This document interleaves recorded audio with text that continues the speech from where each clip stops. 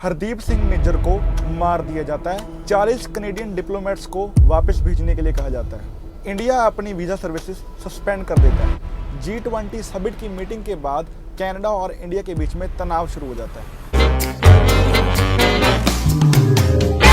तो मित्रों, बात शुरू होती है 18 जून से, जब गुरु नानक सिख गुरुद्वारा के प्रेसिडेंट हरदीप सिंह निज्जर को सरी बीची में गुरुद्वारे की पार्किंग लॉट में मार दिया जाता है।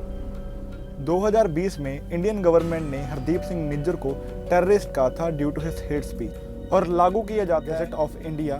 उसका PDF जो लिंक है वो मैं डिस्क्रिप्शन में डाल दूंगा।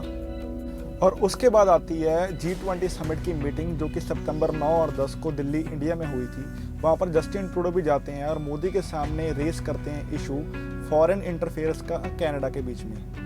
और वो साथ में ये क्लेम करते हैं कि जो हरदीप सिंह निज्जर का कत्ल हुआ है उसके अंदर इंडियन इंटेलिजेंस के बंदों का काम है, जिसे कि इंडियन गवर्नमेंट बिल्कुल ही बेबुनियाद बताती है। इसके बाद 18 सितंबर को Justin Trudeau house of common Ottawa में कनाडा के अंदर फिर से एलिगेशन लगाते हैं इंडियन इंटेलिजेंस के बंदों के ऊपर कि उन्होंने कनेडियन सॉइल के ऊपर कनेडियन सिटीजन को मारा है, जो कि बिल्कुल ही अनएक्सेप्टेबल है। इसके ऊपर आप खुद सुनो कि जस्टिन ट्रूडो क्या कहते हैं। Number of weeks, Canadian security agencies have been actively pursuing credible allegations of a potential link between agents of the government of India and the killing of a Canadian citizen, Hardeep Singh Nijjar. Canada is a rule of law country.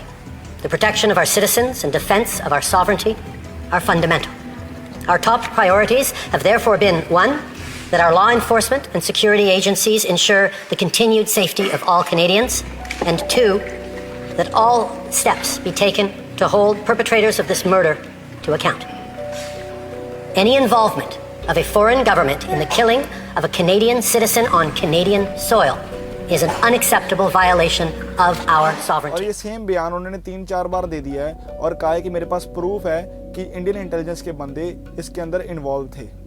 पर हालांकि कोई भी proof अभी तक उन्होंने public के सामने नहीं रखा है। और तो और ऑपोजिशन के बंदे भी इस चीज़ को लेकर दुखी है कि कनेडियन सिटीजन को कनाडा के अंदर आके मार दिया गया है, और इसके बारे में वो भी ये चीज़ कह रहे हैं।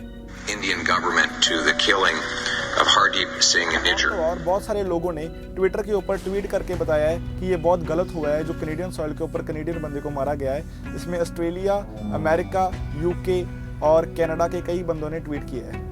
इतना सब होने के बाद जो इंडिया की हाई कमीशन है वो डिसीजन लेती है कि जो कनाडा के डिप्लोमेट्स इंडिया में प्रेजेंट है उन्हें वापस जाना होगा। तो वो 40 के करीब डिप्लोमेट्स हैं जिन्हें वापस जाने के लिए कहा गया है 10 अक्टूबर से पहले।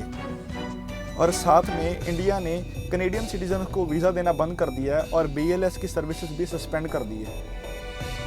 तो जो कोई भी पेरेंट्स यहाँ पे कनाडा में रह रहे हैं जिनका बच्चा यहाँ पे पैदा होता है तो वो कनेडियन सिटीज़न है, पर उनके जो पेरेंट्स हैं वो इंडियन सिटीजनशिप होल्ड करते हैं, तो वो अपने बच्चे को साथ में लेके इंडिया नहीं जा सकते क्योंकि जो बच्चा है वो कनेडियन सिटीजन है और उसको वीज़ा नहीं मिल रहा है क्योंकि वीज़ा सर्विसेज सस्पेंड है। और BLS की ओर से भी सभी सर्विसेज सस्पेंड कर दी गई है। जैसे PCC अप्लाई करनी है मेरे जैसे को, अगर यहाँ पे कोई परमानेंट रेजिडेंसी अप्लाई करनी है, और जो बाकी के काम BLS के थ्रू होते हैं वो सारे इस टाइम सस्पेंडेड हैं। और इस चीज़ को रिटेलिएट करते हुए कनाडा ने भी जो सीनियर इंडियन डिप्लोमेट कनाडा में प्रेजेंट था उसको वापस जाने के लिए कहा है। सेकेंडली, जो भी ट्रेड टॉक्स चल रही थी कनाडा और इंडिया के बीच में उन सबको बंद कर दिया गया है। और तो और जो फेडरल मिशंस थे उनको भी पोस्टपोन कर दिए गए कनाडा की ओर से। और कनाडा की ओर से एक एडवाइजरी जारी की गई है कि जो भी कनेडियन सिटीजन्स इंडिया में हैं वो जल्दी से जल्दी वापस कनाडा आ जाओ और जल्दी जो भी अपना काम वाम है वहाँ पे ख़त्म करो।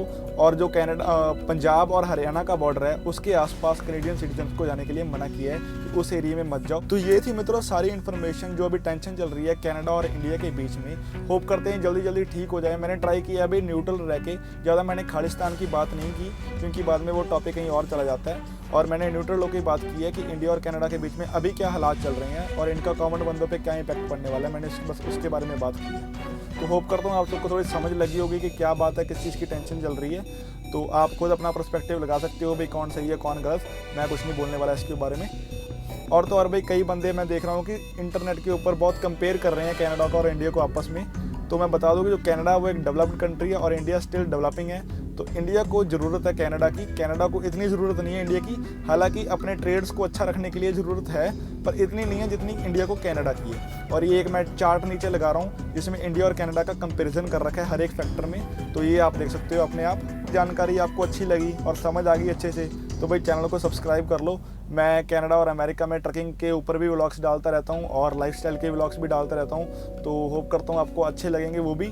और चैनल को कर लो सब्सक्राइब और वीडियो को करो भी ज़्यादा से ज़्यादा शेयर और लाइक, और अपना पर्सपेक्टिव और अपने विचार भी कमेंट करो कि कौन सी चीज़ सही है, कौन सी कंट्री आपको सही लग रही है, और ये सब होना चाहिए या नहीं होना चाहिए, इनके रिलेशन बने रहने चाहिए।